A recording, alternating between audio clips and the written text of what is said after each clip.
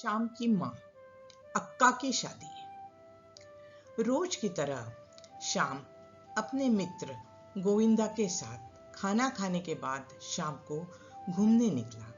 वह टीले पे जाके बैठे और वहां पे गोविंदा बांसुरी बजा रहा था और शाम सुन रहा था। जब प्रार्थना की बेल बजी तो गोविंदा ने कहा कि चलो शाम, अपने प्रार्थना का समय हो गया है। तो शाम ने कहा, मुझे बांसुरी सुनना बहुत अच्छा लगता है और ये अपना राष्ट्रीय वाद्य भी है, लेकिन अभी प्रार्थना का समय हो गया है, इसलिए हमें जाना ही होगा। वो लोग निकल के आश्रम की तरफ बढ़ते हैं। वहां पे बाकी लोग भी आए हुए हैं गांव से शाम की कहानियां सुनने के लिए। प्रार्थना के बाद शाम कहानी सुनाने बैठ जाता है।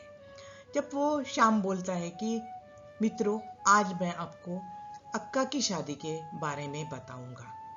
अक्का मेरी बड़ी बहन थी और वो बिल्कुल अपनी हमारी माँ की तरह थी और बहुत दयालु थी और बहुत काम करती थी, लेकिन उसकी शादी नहीं जम रही थी। हम लोग धनवान में गिने जाते थे और हमारी लाइफस्टाइल मेंटेन करने के लिए हमें कर्ज भी लेना पड़ता था और उसके कारण धन की हमारे पास कमी थी। और उस वक्त जब अक्का की शादी तय होती थी तो बहुत लोग उसको दहेज मांगते थे। दूसरी बात, अक्का की शादी न जमने का कारण ये भी था कि अक्का को मंगल था।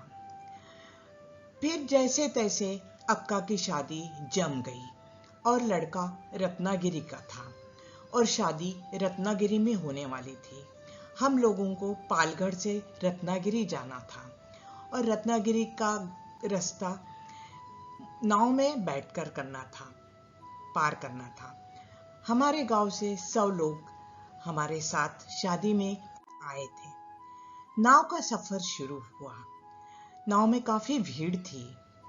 मेरी माँ और बुआ अपने अपने बच्चों को लेके नीचे बैठी थी और उस वक्त ऐसा था कि बुआ बीमार थी और उनका दूध पीता बच्चा दूध नहीं मिलने के कारण रो रहा था।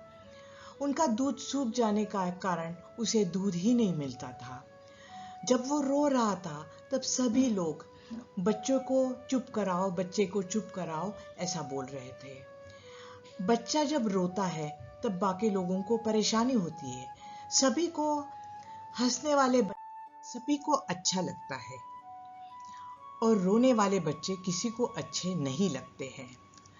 सुख के सभी साथी होते हैं, दुख के कोई नहीं, और यही दुनिया की रीत है। फिर बच्चा जब रो रहा था तब माँ ने बुआ के बच्चे को अपना दूध पिलाया। अपने बच्चे को उन्होंने नौकर के पास दे दिया।